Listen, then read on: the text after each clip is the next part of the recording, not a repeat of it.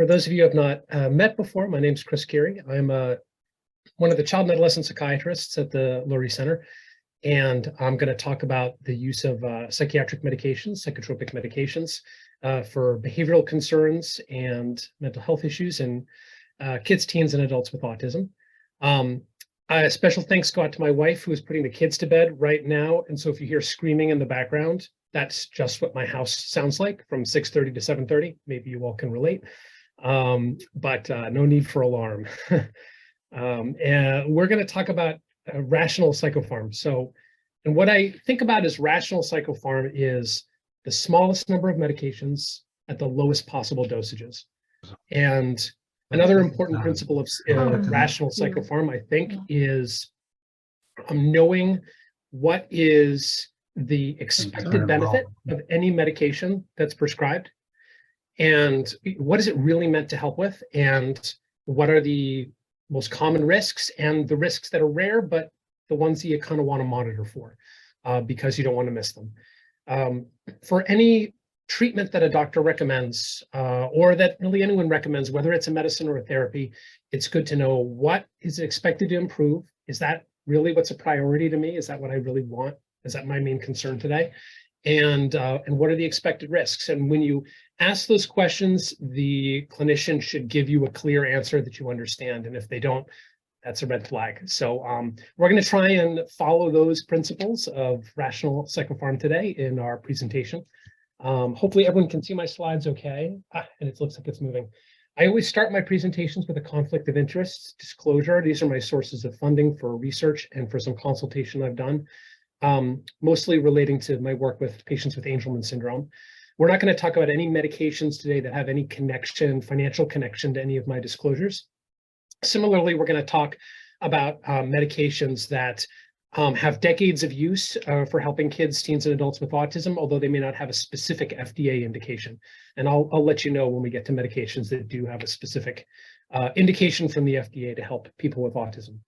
All right, let's adhere to those principles of careful, rational, thoughtful use of psychiatric medications.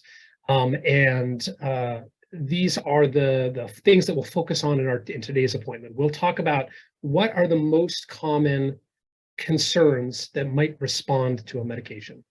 So it's really important that I, as a doctor, not see every problem as a nail that the hammer of psychiatric medications is going to help with. By that, I mean, I've got to think broadly about what might help outside of just medications.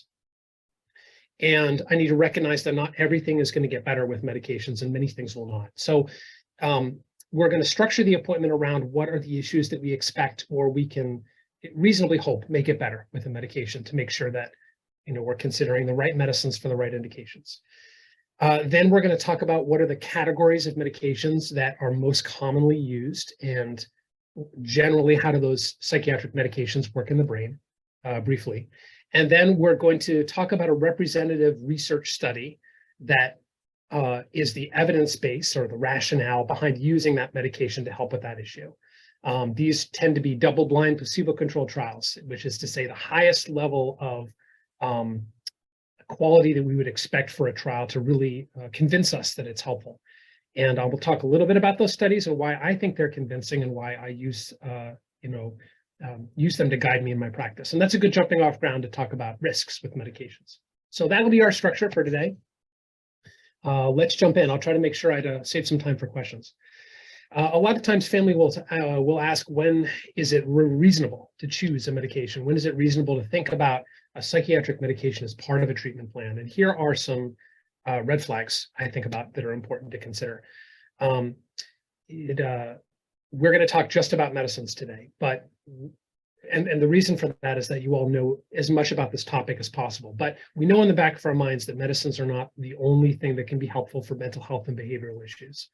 But if we notice that psychotherapy, CBT, or behavioral treatment like ABA, that these things are not really resulting in improvement despite months of treatment, that's a reasonable situation to be thinking, could medications also be helpful if added to a treatment plan?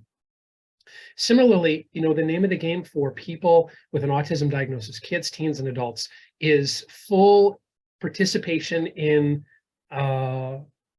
in life, in the community, in all aspects of life. And so if behaviors are getting in the way with being able to have new experiences, go new places, resulting in a life that's bunkered or unable to leave the home, things like that. So people can have a broad range of experiences. That sort of restriction in people's life due to behaviors, that's a situation where I'll think about medicines.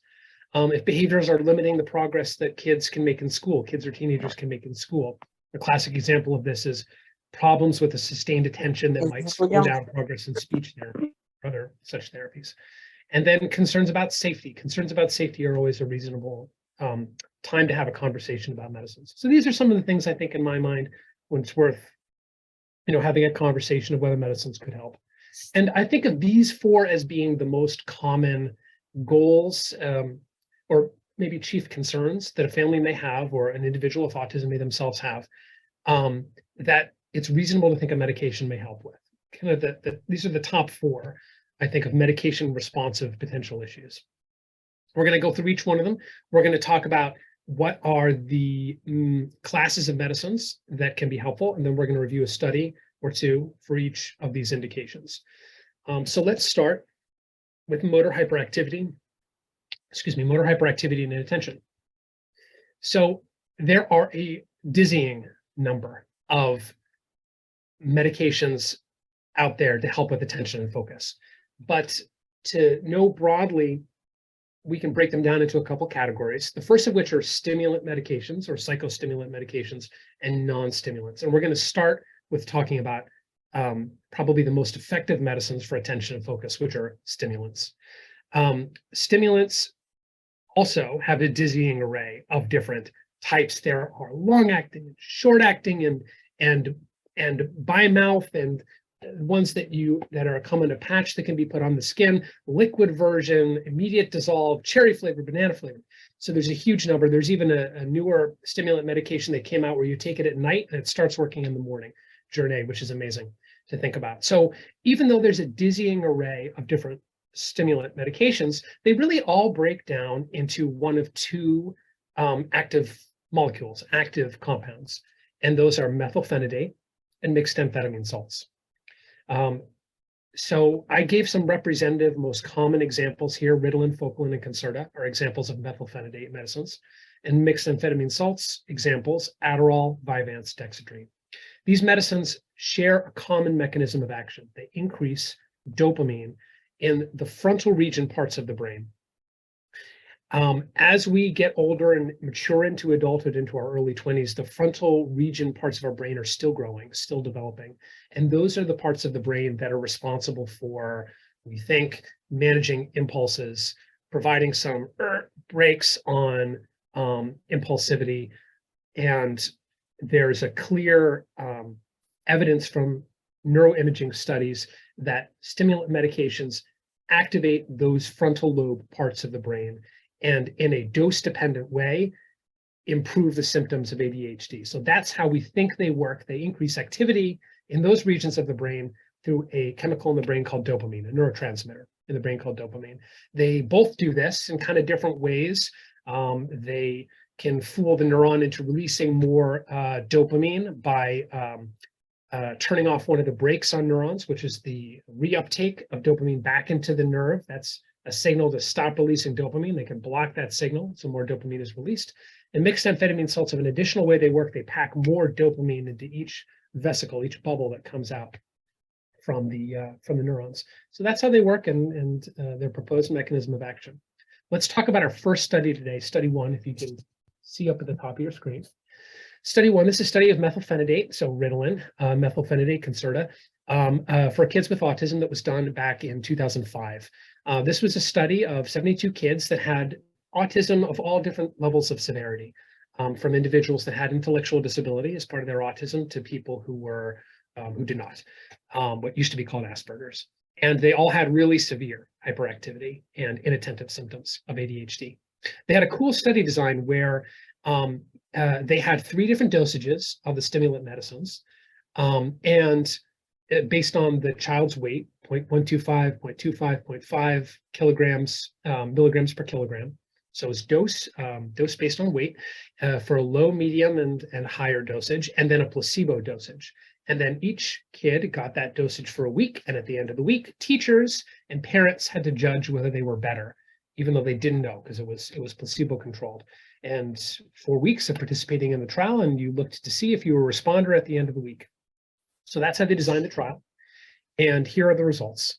So first of all, off the bat, for children who were during their week of getting a methylphenidate, they were more likely to have reduced hyperactivity compared to those same kids when they were on their placebo week, if that makes sense.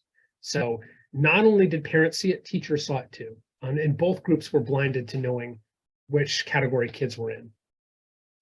And 44 of the 72 kids were judged responders to responders in general. Some of those kids were responders to placebo, but we see a larger number of them comparatively were responders to methylphenidate, 35. But I want to draw your attention over to the left side of this slide where you see this flow chart, which shows the participants in the trial. And as you can see, look at this oval here, 66 randomized double-blind placebo-controlled trial. So 72 kids participated, but 6 had to leave right off the bat due to adverse events. So only 66 participated, and of those 66, another 7 had to leave due to adverse events.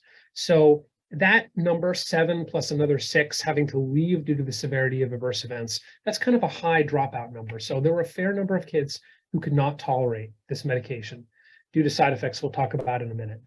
I'll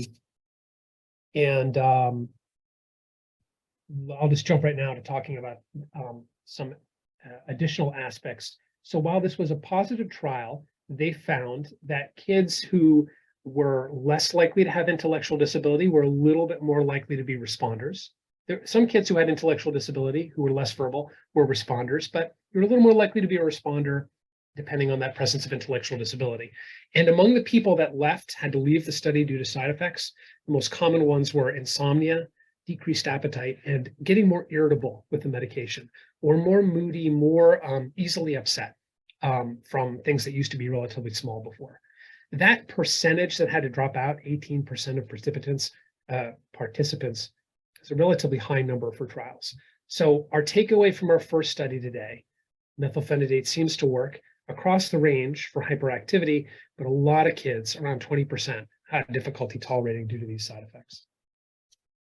So if kids can't tolerate stimulant medications, there's a whole other class of hyperactivity treatments called non-stimulants. And while our previous medications all had one common way they worked by increasing dopamine, these non-stimulants fall into 2 categories that work in different ways. First, norepinephrine reuptake inhibitors. These medicines increase norepinephrine in the frontal regions of the brain rather than dopamine. But the thought is they kind of do the same thing. They have downstream effects on increasing dopamine while they're at it. Atomoxetine is the common one here, and a new one that just came out last year, I think, viloxazine, which you might have heard of, Qelbree. Qelbree is a nice addition because atomoxetine had to be swallowed, and Qelbree does not. Viloxazine does not. So this is a medication that could be opened and sprinkled on food, which you couldn't do with atomoxetine. So for kids who can't swallow medications, this is a nice addition to the range of options. And then we have alpha agonists. Alpha agonist medications, guanfacine, which is 10x, clonidine, and then long-acting versions of both of those. The long-acting versions need to be swallowed. These medications do the opposite of the fight or flight response. If we think about adrenaline, colloquially called adrenaline, or norepinephrine, these medications, when they're surging in the body, our heart rate goes up, our blood pressure goes up, we breathe faster, maybe get a little nauseous, the fight or flight response. Alpha agonist medications do the opposite of that. So in that way, they're somewhat calming, a little bit more chill, I guess, is what you could think about in terms of how they work.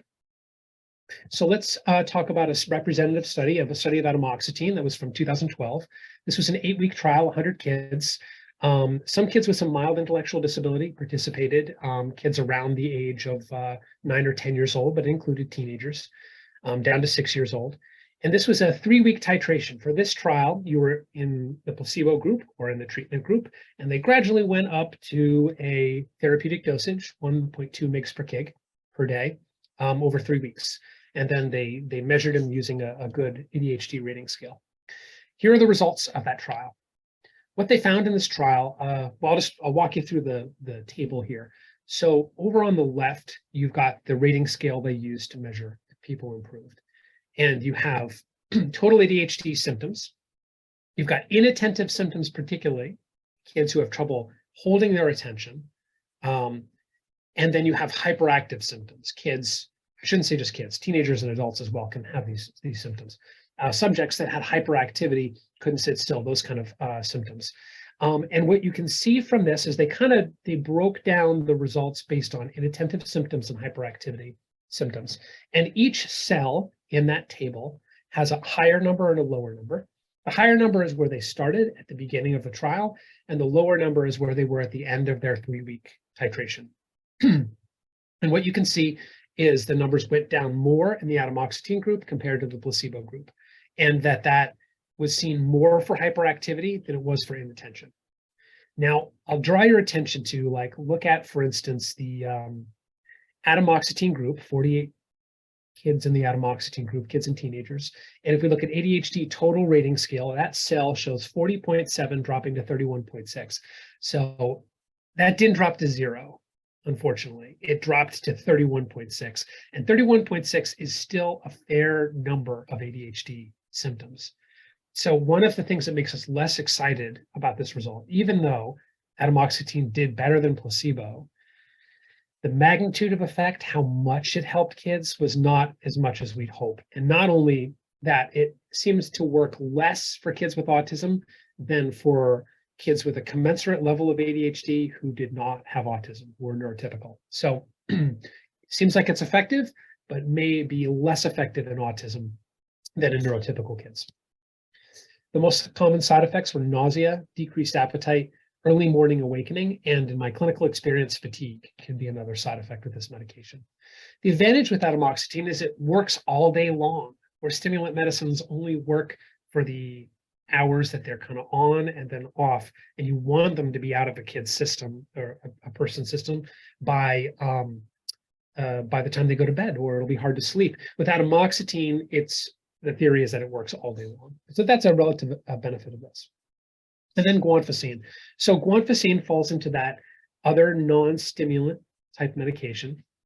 And it's the other category. We talked about norepinephrine reuptake inhibitors, and then these are the alpha agonist medications, and guanfacine is a good example. So this was a study from 2015. It's the most recent study I'm telling you about. And this was a 8-week trial. These were kids with autism who did not have intellectual disability. Although I have prescribed this medication in kids with autism that do have intellectual disability, and in my clinical practice, it can also help those. So they did a naturalistic dosing where they let clinicians change the dosage depending on how the participants, the kids and teenagers, were doing on the dosage and how tolerable it was. And they stuck to a range of 1 to 4 milligrams a day, and they landed most commonly on 3 milligrams as being kind of the Goldilocks dosage that helped enough without causing side effects. And here are the results. So for this graph, the vertical axis, the y-axis, shows the level of hyperactivity, where the higher the numbers, the more hyperactivity, the lower numbers, the less. And then the x-axis shows the duration of the 8-week trial. And the squares are kids taking placebo and teens taking placebo, and the circles are people taking active drug, which is guanfacine. And you can see a reduction in hyperactivity as compared to the placebo group by 2 weeks. Those little bars on either side of the square or the circle are confidence intervals. So once those bars no longer overlap, you know that there's a significant difference between the two scores in hyperactivity. So by 2 weeks, they did better than placebo. And by 4 weeks, things kind of plateaued. You got the sense of, okay, it's going to help this much by 4 weeks.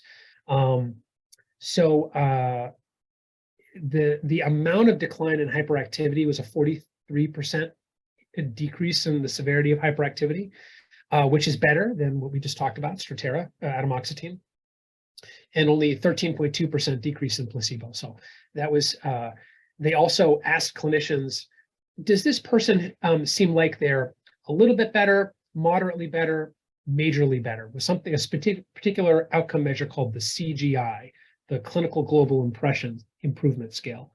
And they said somebody was a responder if they were moderately improved or majorly improved. And 50% of people taking guanfacine were moderately improved or majorly improved. So not only did they reduce on this scale, clinicians thought they just seemed better. So this makes a good case for guanfacine being helpful. Another positive trial that suggests this medication can be helpful. There have been smaller trials on clonidine or longer acting forms of clonidine, not as big as this one, but those have also shown improvement. So a couple more things to talk about when it comes to the results. There were no differences based on IQ, drowsiness, fatigue. Some kids also had irritability or emotional fragility. These medications, because they do the opposite of adrenaline, they can have mild effects on decreasing blood pressure and heart rate. But for the participants in this trial, the decreases were never dangerous. They never went to a level where kids were dangerously low heart rate or blood pressure, which is also reassuring. Phew, okay. So let's move on to talking a little bit about depression and anxiety as our next topic here. So the treatment for depression is typically medications that have effects on serotonin in the brain, that have effects to increase serotonin. And we can see here the most common ones you probably have heard of, medications like fluoxetine or Prozac, sertraline or Zoloft, citalopram, Celexa. And then medications that similarly increase serotonin, but also increase norepinephrine. These have a similar way in which they do it. They block the reuptake of that neurotransmitter back into the neuron, and that blocking the neurotransmitter back in the neuron shuts down a system that the neuron uses to halt the release of the neurotransmitter. And so when you block reuptake, the nerve thinks, send more, send more, send more. And this mechanism of action increases the release of that neurotransmitter, with the idea that perhaps low serotonin is what causes depression and anxiety. SNRIs, serotonin norepinephrine reuptake inhibitors, examples of here are venlafaxine, Cymbalta, desvenlafaxine, which is Pristiq. And then a couple more things to talk about when it comes to depression and anxiety treatments. There's an anxiety medication commonly used here at the Lurie Center called buspirone. This medicine also increases the effects of serotonin in this. It essentially directly activates the receptors for serotonin. For whatever reason, that seems to be a really well-tolerated mechanism of action. And for kids who have a lot of side effects, buspirone is a nice choice. It seems to be very well tolerated. And then medications that are a little more complicated in how they increase serotonin, a medication called mirtazapine. This can cause weight gain, but it is a really effective sleep medication as well, and which can be sort of two birds with one stone for kids and adults with depression and sleep problems. And then a medicine that doesn't work on serotonin at all, that increases dopamine, called Wellbutrin or bupropion. Believe it or not, there have been no trials studying medications for the treatment of depression, particularly in kids, teens, or adults with autism. There have been some studies looking at cognitive behavioral therapy that have been found to be helpful, but nothing yet looking at medicines. So hopefully this will be a direction in the future. There's a real need to look and understand whether medicines affect people with autism and depression in a different way than neurotypical people. So hopefully that'll be something that we'll see more of in the future. SSRIs have been studied in kids, teens, and adults with autism to see if they help with repetitive behaviors, with not a whole lot of significant improvement. The side effects when they're used in that situation are, you can see, increased hyperactivity, irritability, insomnia. All SSRI medications carry a black box warning to watch out for suicidal thoughts. It's a little bit of a controversial issue within the field, because this was a finding from a study of kids who had depression, neurotypical kids. And the question is, did the medicine cause the suicidal ideation, or would they have otherwise had suicidal ideation because they had depression? But the drug company did the right thing. They said these kids didn't have it at the beginning of the trial, they had it at the end, so we're going to put it as a warning. And so I always discuss it with families. If we're starting an SSRI in a child or a teenager, sort of watch for it. In kids who can't express their feelings or emotions, it can be really hard to know, could they be having these thoughts? And so I tell those parents, if kids seem more down, more sad, more irritable, more emotionally reactive, then let's remove that medication. One of these medicines, bupropion, which is Wellbutrin, can lower the seizure threshold. So I'm careful about using that medicine in kids with autism or adults with autism with epilepsy. Okay, so depression and anxiety, it's still treatment as usual, as you would treat other kids, teens, or adults who don't have autism. And we need to learn more whether these medicines are more or less effective for these problems. Let's jump into talking about irritability. Now, the term I'm using here for irritability, what I mean by that, it may be abundantly clear already, but it is the quickness of mood change, moving from, I've had families describe it, 0 to 100 in terms of the quickness of mood change, oftentimes to anger, but not always anger, sometimes to sadness or anxiety. It's mood that changes rapidly and intense and frequent. It's not a sort of irritability was bad for a couple weeks and then it went away again for a number of months or years. It was like kids, teens, and adults that have irritability on a pretty regular basis, and it's a more chronic struggle. And it can progress to the point of anger episodes or outbursts or meltdowns that can come along with unsafe behaviors like aggression, self-injury, property destruction, things like that. And so this particular issue, the term we'll use for it is irritability. I'm going to start with talking about the medications that have been studied the most for this issue. Maybe a sidebar here before we get into talking about these class of medications. A lot of times, kids who struggle with irritability may also have ADHD. And so treatment of ADHD or treatment of hyperactivity or inattention can sometimes improve irritability as well. They designed this trial where they took kids who had both problems with attention and focus and also irritability.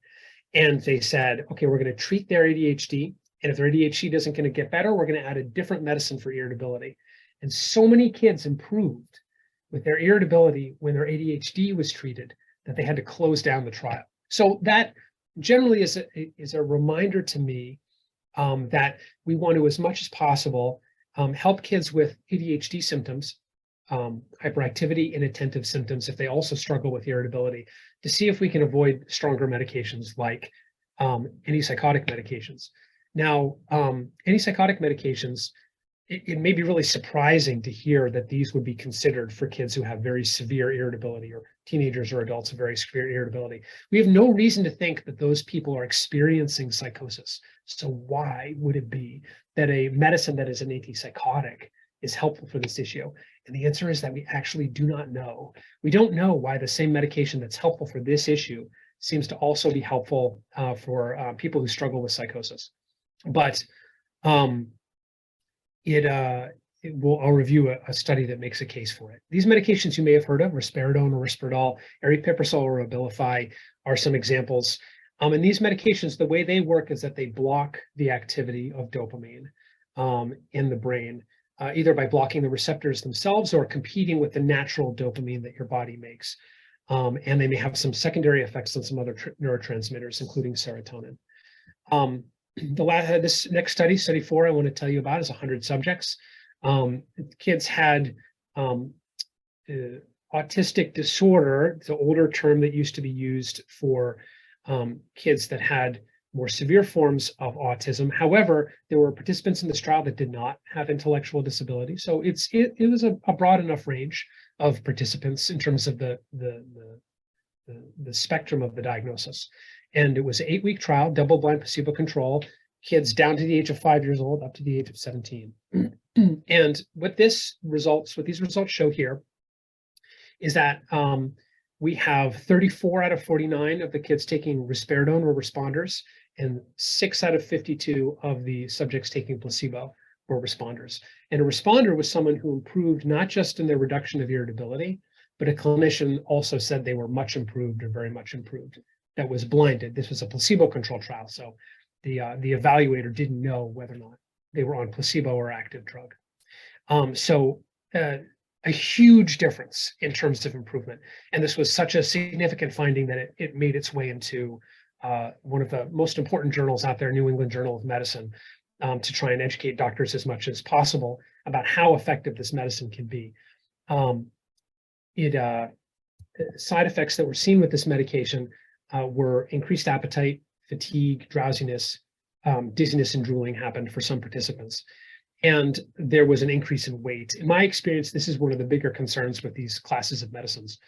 On average, kids gained about 2.7 kilograms, give or take 3 kilos on the upper or lower amount, which is a significant amount of weight to gain in a 8-week trial. So this is a really important thing to watch for. The significance of this trial was so much so, and a similar trial, which was also positive with Abilify, or aripiprazole, the other name for that, that the FDA made a special indication of the use of these medications for the treatment of irritability in people with an autism diagnosis or autistic people. I will mention here as well, although I didn't get into so much of the details of it to make sure we save some time for questions, but there was a separate trial that was done in 2016 that found that if kids were given a medication, a diabetes medication called metformin, it prevented a lot of the weight gain related to these medications. And some kids lost weight. So this has been a newer strategy that you may see out there to try and avoid the weight gain that these medications can cause. My inclination is always to try and see if you can switch to a different medicine before you're adding a medicine to treat the side effect of a medicine. But for some kids, teens, or adults, they have such a game-changing response to this medication. I've seen it allow things like allow kids who would have to enter into a residential school to remain at home, or to be in an open inclusion classroom where they had to be in a separate pull-out classroom with a lower functioning peer group. So it can be very meaningful. And metformin seems to be a strategy that can, for many people, allow them to sidestep one of the more common and concerning side effects with these medications. We can't talk about these medicines without talking also that they can cause movement side effects. Involuntary muscle spasms, something that's called dystonia. That's a sort of involuntary muscle contraction, like a sort of a lift of the shoulder or a turn of the head, an arch of the back. Also, this particular side effect to watch for called tardive movements. Tardive means delayed, tardive, delayed onset, dyskinesia. And dyskinesia is sort of a writhing movement, like a chewing movement, like this, or a wiggling movement, like a kind of ants in your pants wiggle in your seat. Tardive movements are something that is rare, happens about 1 to 2% per year may have this, but in-person routine appointments are key for kids taking these medications to watch and make sure they're not having these side effects. Let's see, maybe I'll take a step back here and say that not all medicines in this class cause weight gain. Some medications in this class, like Geodon or Ziprasidone, don't cause as much weight gain. So there are options depending on how kids or teens or adults who need to take these medications. There are options that cause more or less weight gain, that are more or less effective for sleep. Olanzapine, very helpful for sleep. More or less likely to cause movement side effects. For kids or adults who have movement side effects, quetiapine, it's very rare for it to cause that. So there are options that the clinician can work with based on how well individuals tolerate it. Okay, and then we'll finish with talking about sleep disturbance, and then we'll open up for some questions. I see we already have a couple of questions in the chat, which is great. Let's talk a little bit about insomnia, sleep. If we are moving to talking about medications, we have to talk about melatonin. This is all of our bodies make melatonin, and it seems to peak a certain amount of time before our bodies get tired, a natural sort of signal for us that it's time for bed and it's time to de-escalate. So giving melatonin increase that sort of body's endogenous signal that it's time to be going to bed. And then trazodone, this is a medication that was originally planned to be an antidepressant, and they kind of took it off the market for that because it caused so much sedation, but found that it's actually a really effective sleep medication. This medication sort of blocks serotonin reuptake like you'd expect with antidepressant medications, which we've talked about already, but they also have some effects on other chemicals in the brain like histamine and norepinephrine. And for whatever reason, it seems that these are really effective medicines for sleep, particularly sustained sleep through the night. In my experience, very tolerable medications as well for kids, teens, and adults with autism across the severity of the condition. So it can be a really effective medicine for middle of the night wakening. Melatonin has been studied abundantly in autism. There have been 13 double-blind placebo-controlled trials. If you add them all up, which this Holloway and Amen trial did from 2011, you find a robust improvement in melatonin for sleep as compared to placebo, and extremely well-tolerated medication, very mild adverse events that were generally similar to placebo in most trials. The dosage studied was 1 to 10. There's probably not a whole lot of virtue in going above 10 milligrams when it comes to melatonin. Some clinicians even think 6 is kind of, you're not going to see further benefit above that number. But I never really go higher than 10 milligrams of melatonin.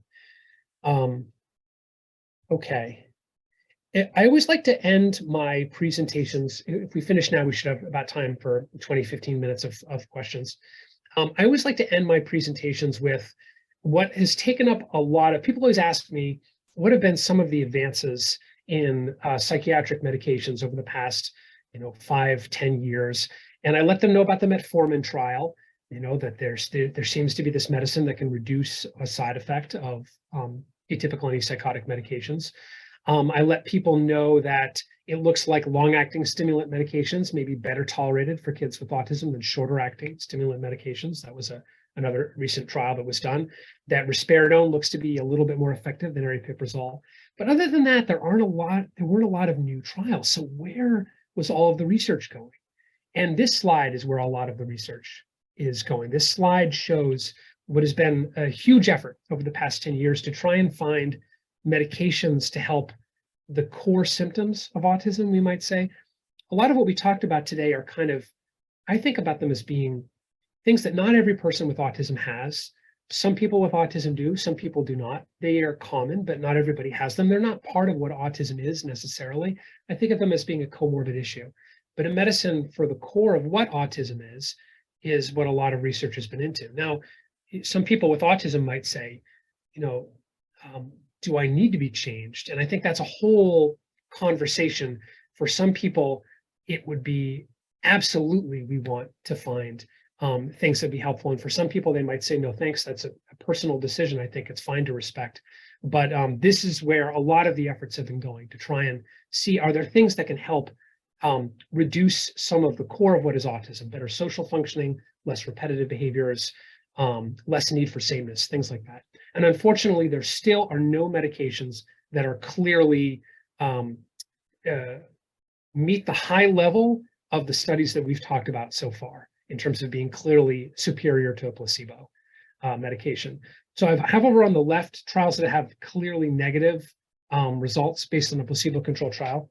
And then I have over on the right medications that had one kind of promising study. It didn't reach that high level of a placebo-controlled trial where, blinded evaluators said, definitely this person is better. But it had some reason for excitement, some reason for interest, whether it was from smaller trials that were open label, which is to say didn't include a placebo-controlled trial, or maybe showed improvements in mouse model of autism, some reason to be interested. So ongoing research is in place to kind of look at these medicines that have some promising effort to see whether they'll be helpful with core symptoms of autism. We're doing a trial of one of these compounds, zolmitriptan, under investigation. So for people that are interested in research, and we have other trials that we're doing as well, both treatment trials to help with irritability, and then trials that are more they're not treatment trials, they're just about understanding what might be a cause for autism. If you all are ever interested in participating in research, I have my contact information here for the research line. I always tell families, going into research, you understand that, you're trying to contribute to an understanding of the things that can be helpful. There's no guarantee that it necessarily would be effective as a treatment. So you want to go in being brutally honest, about whether it helps or doesn't help as much as possible. But for those of you who have an interest in contributing to the research that we've already reviewed today, thank you, and please reach out. Phew, hopefully that didn't feel too much like a whirlwind for everybody. I already see 20 comments in the chat, so I think it's good that we left time for questions. I know that this presentation will be made available with a recording, like Anne just mentioned. I also have a series of, so these slides, there's about 30 slides here, but I made a series of about 5 slides that are just names of medications for specific indications. And we'll talk with Ann about a place to post that, so you can all have access to like a quick and dirty, just which medications seem to be helpful for which particular chief concerns, sort of just, give me the footnotes, the major take homes, and which can be helpful. All right, I'm going to stop here and open it up to questions. So Chris, I tried to categorize the questions here. So we'll go back maybe to ADHD way at the beginning. Excellent, thanks. So we had a question, did kids respond in the first stimulant trial, did kids respond better those that did not have ID? Or were even ID included, kids with ID? Yes, yeah, good question. So ID here stands for intellectual disability. The old term for this is mental retardation, and thought to be a sort of an IQ below 70, maybe representing around 50% of people that have autism, or a little less than 50%. So that trial did include people that had intellectual disability, that had ID, and there were subjects that had participants, kids that had both autism and intellectual disability who got better with stimulants. But someone was more likely to improve if they did not have intellectual disability. And so a little bit more effective, but at the same time can still really work for kids who have ID. Okay. Staying with ADHD, for the non-stimulants, do patients need to take them daily? Because here's a mom saying, I'd rather the stimulants I can just do on school days. Yeah, it sort of depends a little bit on the dosage. If the dosage is sort of a low or medium amount, it's totally fine to be giving it just during school days and holding it on the weekends, or potentially holding it over the summer. Sometimes treating ADHD can improve some of the social functioning for kids, teens, or adults who have an autism diagnosis. I've had people with autism tell me that they're more on point in conversations. They may come across as less scattered, more organized in your life.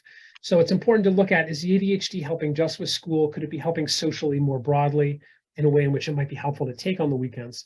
But if the medicine's causing side effects, appetite decrease particularly, a lot of the kids I work with or teens I work with will take it just on weekdays. Does guanfacine work as well for inattention as it does for hyperactivity? Yeah, excellent question. It does not appear to be as effective for inattentive symptoms than for hyperactive symptoms. So I'm glad that that question was asked by somebody. It was a kind of similar thing to the atomoxetine trial, where atomoxetine showed more improvement for hyperactivity and inattention. That being said, I have had some kids, teens, and adults who have definitely had improvement in inattentive symptoms of ADHD with guanfacine. You just don't know necessarily how somebody's going to respond until you give it a trial, but stimulants tend to beat them when it comes to inattentive symptoms. Also related to guanfacine, my son has been on it for a while. How do we know when it's time to take him off? Yeah, excellent question. With the decision of coming off medications is an important one to continue to bring up with your prescribing clinician, and routinely have conversations to talk about it, particularly if the medication is causing side effects. And so when it comes to ADHD medications, the summertime can be a time to try to make a decrease and see how things go, particularly if that medicine is to help not just with schoolwork. I always encourage families to talk about it with the school if they've got a good relationship with the school or with a person at the school, to let them know they're making the change. But it is always reasonable to try and decrease it to see if you see a difference, because a lot of kids will grow out of their hyperactivity as they get older. Okay, I'm going to jump to irritability related questions. Does Depakote block dopamine? Does it also block dopamine? Excellent question. So the questioner here is bringing up another important thing to talk about, which is, I mentioned antipsychotic medications, but there are some anti-seizure medications which seem to also help with the quickness of mood change and tantrums. And it can be a sort of two birds, one stone situation if a child or adult has epilepsy in addition to irritability, essentially. And Depakote is probably the most effective of the seizure medications when it comes to also helping with irritability. The way that the anti-seizure medications work is they change the threshold of neurons to activate. So they may have effects on things like sodium channels. They do not work on dopamine. So they are dampening down the reactivity of neurons. And for whatever reason, some of these seizure medications also help with irritability. Perhaps it's that, the limbic system of the brain, which is responsible for a lot of emotionality, is getting activated too easily, and you damp that down with an anti-seizure medication. We don't totally know. That call comes from just clinical practice. But Depakote, Tegretol, which is carbamazepine, oxcarbazepine, which is trileptal, topiramate, which is Topamax, seem to be uniquely helpful. And those are on the list of the sort of the categorized list of medications that will be accessible later. So there's a question noting that most of these studies are short-term. Are there any long-term studies, particularly for irritability? Yeah, really good question. So there was a trial that was conducted recently looking at those mood stabilizer, atypical antipsychotic medications in kids, teens that were taking these medications over a period of years. We were one of the sites for this trial, and we looked at things like weight, cholesterol, blood sugar, movement side effects over a longer period of time. And that trial did not find any new side effects that were not already known with these medications. We know a lot from the schizophrenia world, where people had to take these medications for years. One important side effect that was noted in these longer trials, which I didn't mention, is that risperidone and some medications like it can increase a hormone that naturally occurs in the body called prolactin, which can result in the development of fatty tissue in the breast area, the chest area, requiring, again, clinicians to watch for this and monitor for it. So these trials didn't find anything that we didn't already know, but it just highlighted the need to watch for movement side effects. The side effect I told you about, development of fatty tissue in the chest area, cholesterol and increased blood sugar, and people who need to take it long term. So what is recommended for those who have paradoxical reactions to the antipsychotic meds? Good question. It's so paradoxical reaction is a opposite reaction than you'd expect with a medication. So you give someone Benadryl, say, to try and help them sleep, and now they're up all night. That's a paradoxical reaction. And when kids have paradoxical reactions to a lot of different typical treatments for ADHD, mood stabilizer medications can be something to consider because they're much less likely to cause paradoxical reactions. So the questioners here, well, what if they have a paradoxical reaction to mood stabilizers as well? Probably, I don't know exactly the case, but changing over to a different mood stabilizer may help. I'm not sure if this questioner had it with one mood stabilizer or with all of them, but I've definitely had some kids and adults I worked with who had a bad reaction, hyped up, more energized with one mood stabilizer, but did great with a different one. Or changing over to one of the anti-seizure medications, which may be changing away from dopamine entirely, moving to a whole different way in which it works, might be worth considering. Then we have a question about using lithium to treat irritability. Yeah, lithium is, I'm getting some really great questions here to sort of fill in some of the things that I didn't talk about in the presentation. Lithium can also be helpful as a mood stabilizer. Lithium medication is a popularized treatment for a condition called bipolar disorder. Psychiatry has a bit of a bad history of overdiagnosing bipolar disorder in kids, teens, and adults with autism, calling irritability, which we talked about, bipolar disorder. But perhaps one of the things that came out of that was people trying lithium to see if it would help. It's a treatment for mania, for people who've got mania or depression, more commonly in bipolar disorder. And it seems to be that there's some improvement. The trials, we don't yet have a trial as big and robust as the trial we had for Risperdal or Abilify, but we had some smaller trials which showed some improvement in open label. The challenge with lithium is that kids, teens, and adults need to be good at getting blood draws, because you need to be very careful that the level of the lithium is correct. And a lot of the people I work with have trouble with blood draws. But if people don't have trouble with blood draws, it can be effective medicine. It's very important to watch the health of the kidney with lithium and make sure the level is just where it needs to be. That can make it complicated, but I have a number of patients who really improved. Now we're going to shift to kind of a range of questions, we'll say.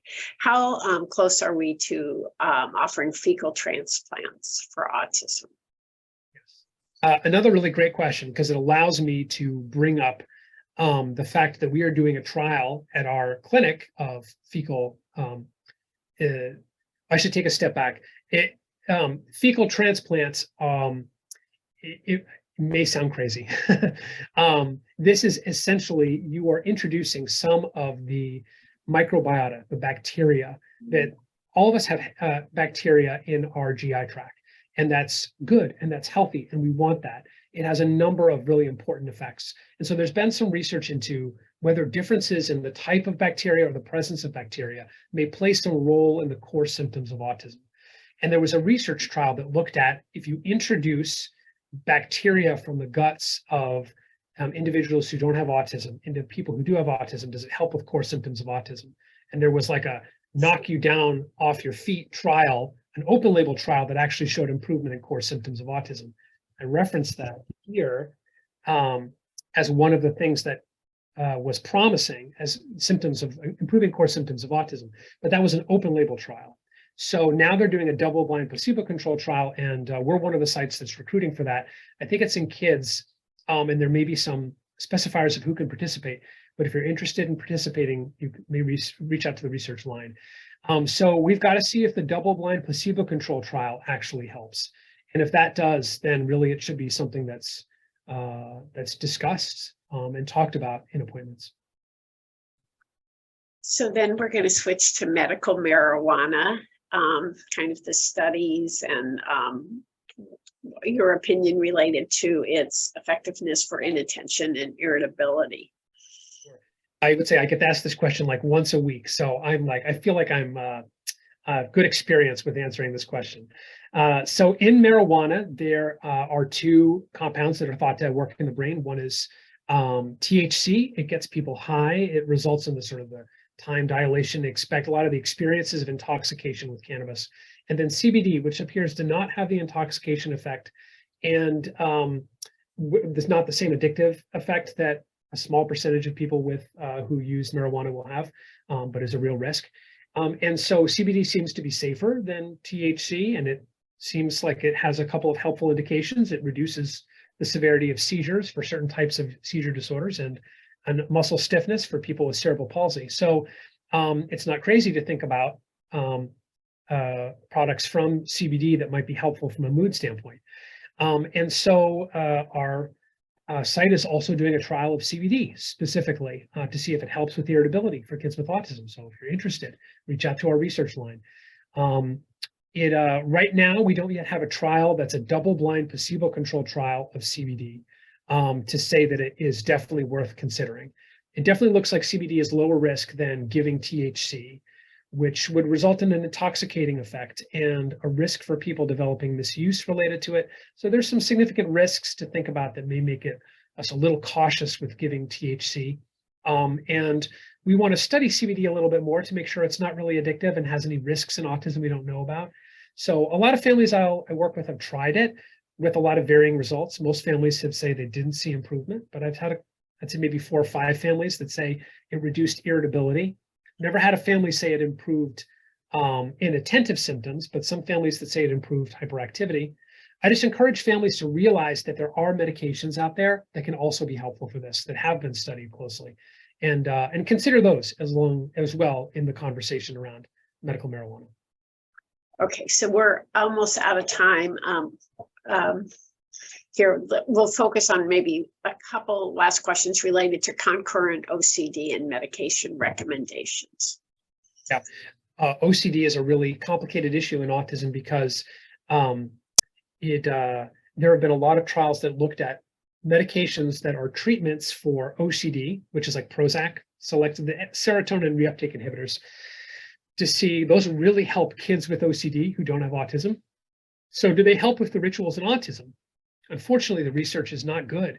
There have been 4 large trials of SSRI medications, which is the treatment for OCD, which have not shown a reduction in repetitive behaviors in kids and teens. There have been some trials that showed improvement with SSRIs for adults with repetitive behavior with autism. So I will try it in adults. I'll give it a try with an SSRI. But unfortunately, it seems like there's risk without a whole lot of reason to think there's benefit. And so I really do come back to looking whether or not those kids with repetitive behaviors as part of their autism, do they have co-occurring things that I can treat? Do they have co-occurring hyperactivity? Do they have co-occurring irritability? Do they have co-occurring sleep issues? And then I try to focus my psychopharm interventions on those things. If those things improve, rituals can as well, and repetitive behaviors can as well.